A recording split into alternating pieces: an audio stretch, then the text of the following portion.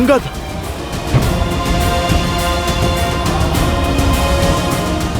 अंगद, अंगद, अंगद, तुम ठीक हो?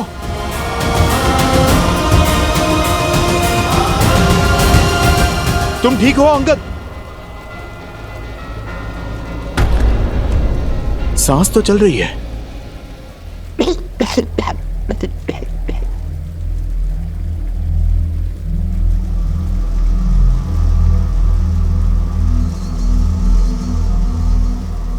उसे रोकिए, अन्यथा ये युद्ध कभी समाप्त नहीं होगा। किंतु तुम अंगद? ठीक।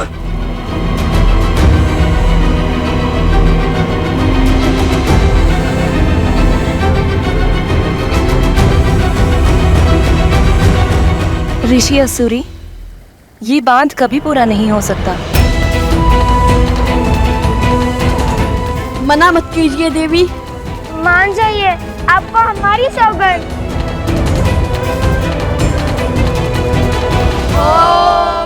मधुजक्ता मधु रक्षन्ति सिंधवा वादिविना संतो वसी मधुनक्तो तोषो मधुपाठी वरज।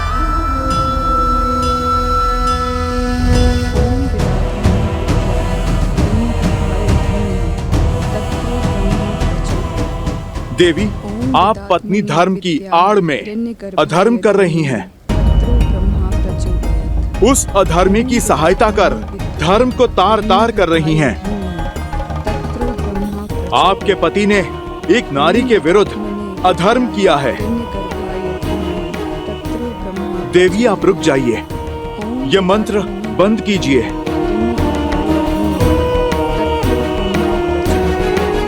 तो आप ब्रह्म मंत्र का जाप कर रही हैं? उचित है, मैं आपको रोकूंगा नहीं, मैं भी मंत्र जाप करूंगा। आप जानती हैं वो भी किसका? देवी सरस्वती का। वही तो हैं ब्रह्मदेव के मंत्र की काट।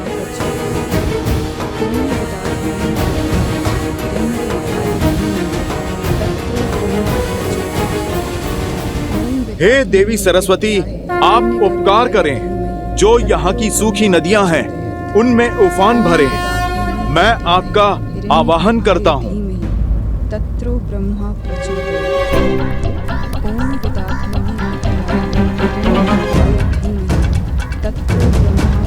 माता, आप आइए ना, बहा के ले जाइए इन असुरों को और इनके साथ चंद्रवाहु को भी।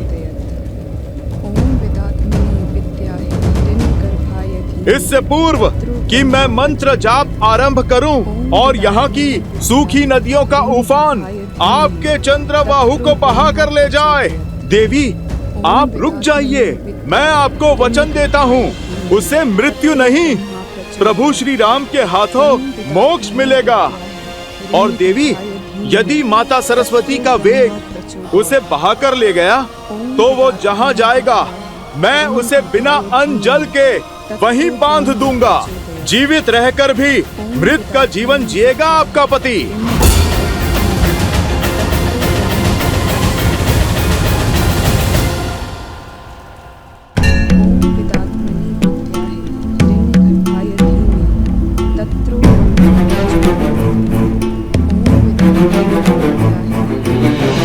मन में आए इस विचार के पीछे अवश्य ही प्रभु की कोई लीला होगी। चलो माता सरस्वती से ही सहायता की गुहार लगाई जाए। जय मां सरस्वती, मैं आपका आवाहन करता हूँ। ओम ऐं ह्रीं श्रीं वाग्देव्यै सरस्वत्यै नमः।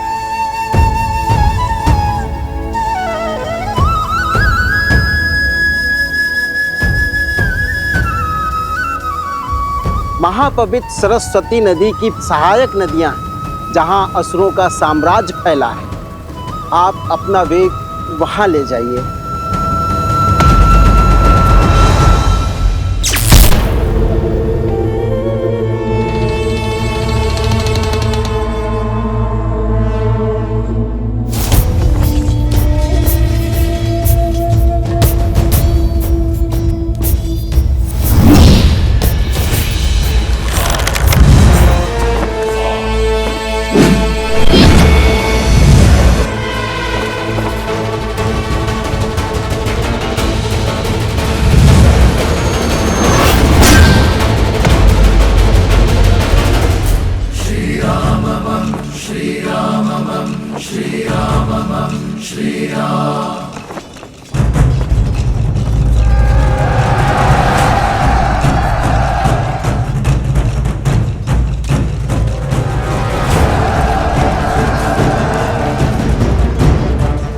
अब क्या करोगे राम?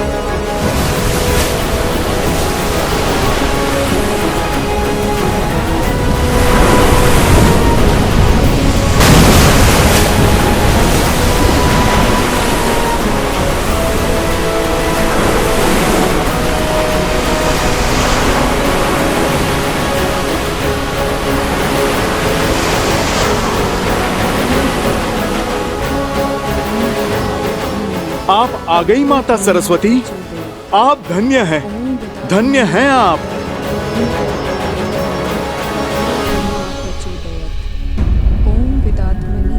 देवी, आपको माता सरस्वती के आने की गड़गड़ाहट सुनाई दे रही है। आप रुकिए, मैं अभी आपको स्पष्ट सुनाता हूँ।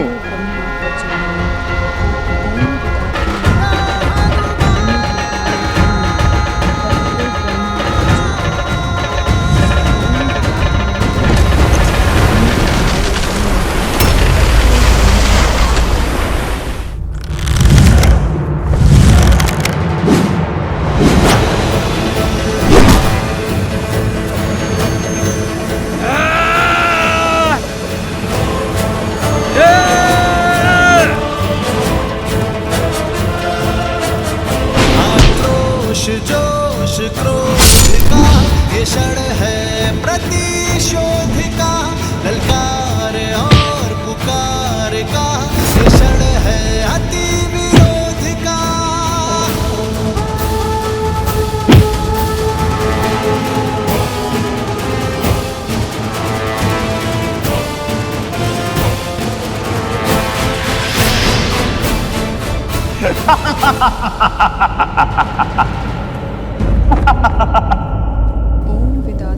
अद्भुत, अद्भुत, वो देखिए, वो डूबा चंद्रबाहु। अरे आप देखिए, देखिए ये जल का वेग कहाँ लेकर जा रहा है उसे। ये तो लगता है सृष्टि के उस छोर पर चला। चलिए, मेरा कार्य तो आरंभ हुआ। अब मैं उसे खोजकर बांधता हूँ। माता, मैंने तो आपको अवसर दिया था। अब आप मुझे आज्ञा दें। यदि आप मान जाती तो आपके पति मोक्ष पाते, किंतु अब तो उसे क्षण क्षण मरना होगा मेरे पास में। स्वामी,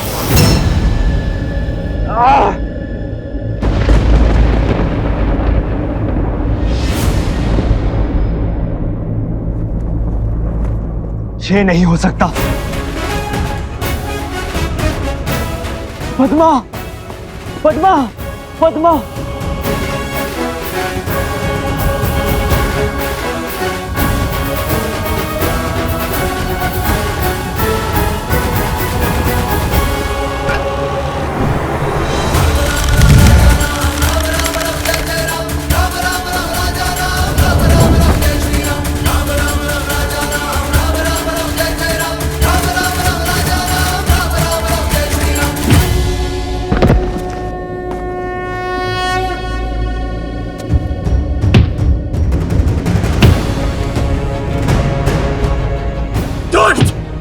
दुराचारी!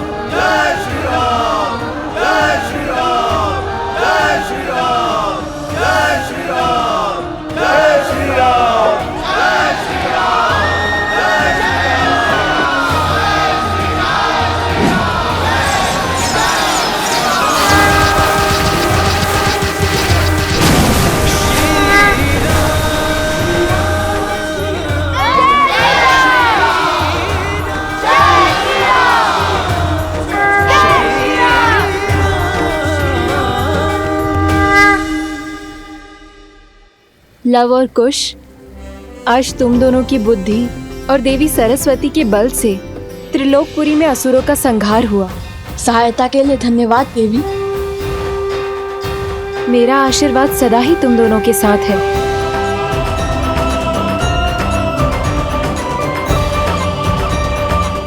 धन्य है वो माता पिता जिन्हें तुम जैसी संतानें मिली।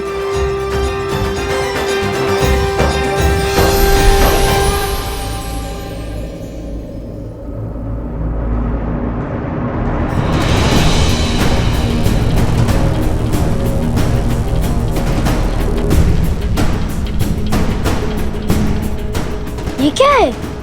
मकरासुर का महल।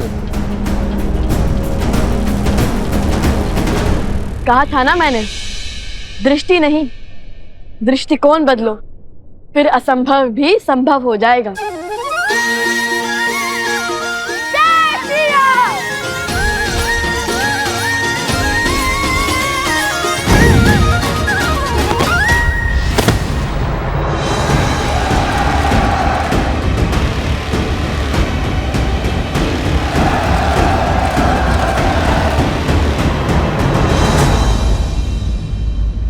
रुक क्यों गए महादेव, वो भी कथा के इस रोचक मोड़ पर?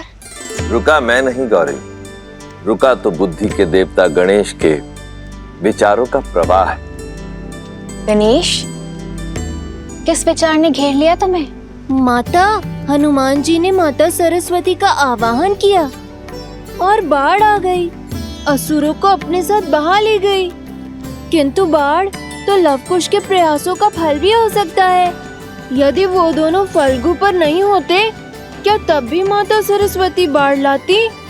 सूर्य अपने आकर्षण से धरती और चंद्रमा को खींचता है गणेश, और धरती और चंद्रमा अपने बल से सूर्य को खींचते हैं। यही प्रकृति का संतुलन है। इस कथा में भी हर कड़ी एक दूसरे से जुड़ी हुई है। संसार में जहां कहीं भी भलाई का कार्य होता है, वो भलाई के अन्य कार्यों को प्रोत्साहन अवश्य देता है। जैसे वर्षा के आगमन पर स्वयं समुद्र उठकर उसका स्वागत करता है, उसी प्रकार जब जब संसार में कहीं भी भलाई का कार्य होता है, तब तब भलाई का प्रत्येक अंश उसका स्वागत करता है। और फिर ये तो कथा ही जन्मों के संबंध की है, सिया राम की है। वो दोनों भले ही एक दूसरे से दूर हों, परंतु फिर भी एक दूसरे की भलाई का मार्ग अवश्य खोज निकालते। अर्थात यदि एक व्यक्ति के सुकर्म दूसरों को प्रोत्साहन दे, तो धर्म की ये कड़ी अधर्म को धराशायी कर सकती है। हाँ पुत्र। अद्भुत, समझ आया। अब आगे की कथा सुनाइए ना पिताश्री। अवश्य। ये लो तुम्हारा उपहार।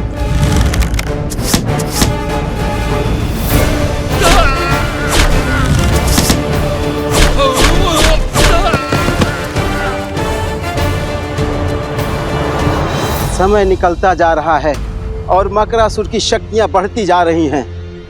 वन देवी की रक्षा के लिए मुझे अपने मंत्रों का उपयोग करना होगा।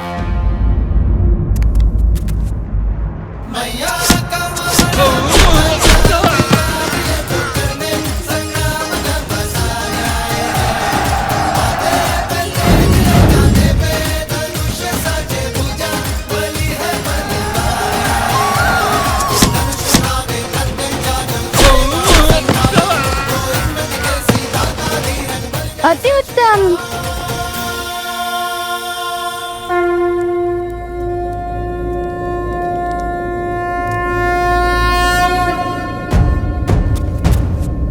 लव कुश।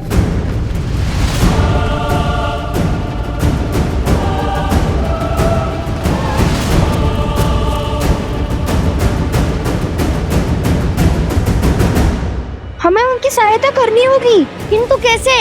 हमारे पास तो अस्त्र भी नहीं है। कोई मार्ग तो खोजना होगा। हमारे तीर समाप्त होते जा रहा है, क्या करेंगे? शक्ति के साथ साथ युक्ति भी लगानी होगी कुछ। हमारे बाण समाप्त होते जा रहे हैं, किंतु ये असुर नहीं,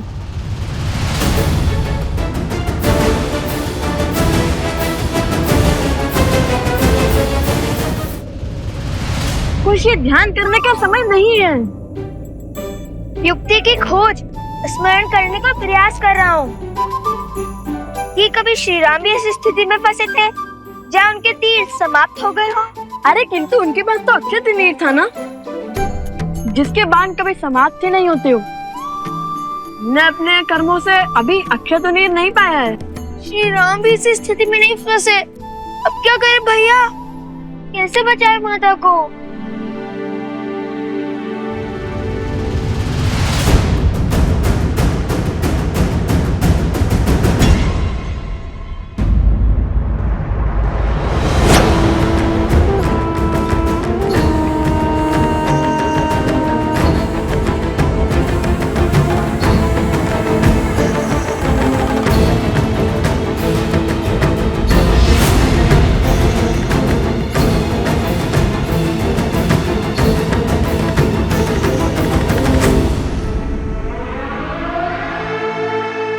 जाओ मकरासुर, तोड़ो सीता का तप। ये तप ही है जो धर्म को बल दे रहा है।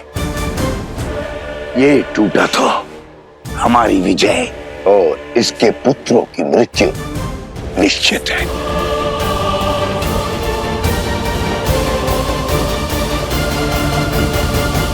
जीवन में कायर तो बहुत देखे, किंतु कायरता की ऐसी पराकाष्ठा नहीं देखी। क्या हुआ? आहत हो गए?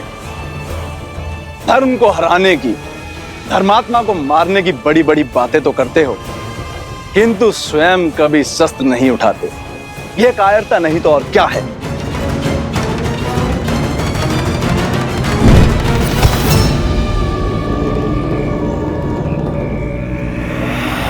ये है तुम्हारा अस्त्र और ये है तुम्हारे सेनापति।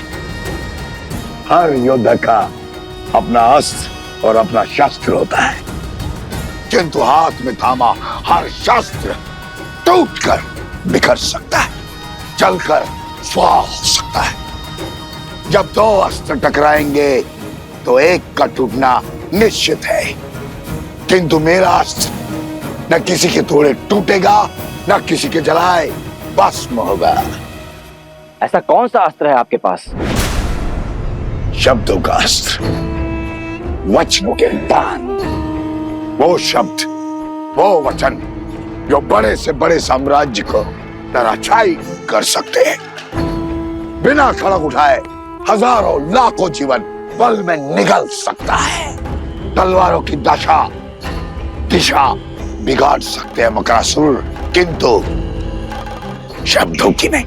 अति उत्तम। लगता है रघुवंश की आहुति देकर संसार का सिंहासन संभालने के बाद मुझे तुम्हें ही अपना मंत्री पद सौंपना होगा। दो आज्ञा महाराज, किंतु पहले सीता का तप तो भंग कीजिए, उसके पुत्रों को अपने मार्ग से तो हटाइए। उनका अंत तो यहाँ होगा, मेरे साम्राज्य में। और रही बात सीता के तप की, तो लो अभी तोड़ देता हूं।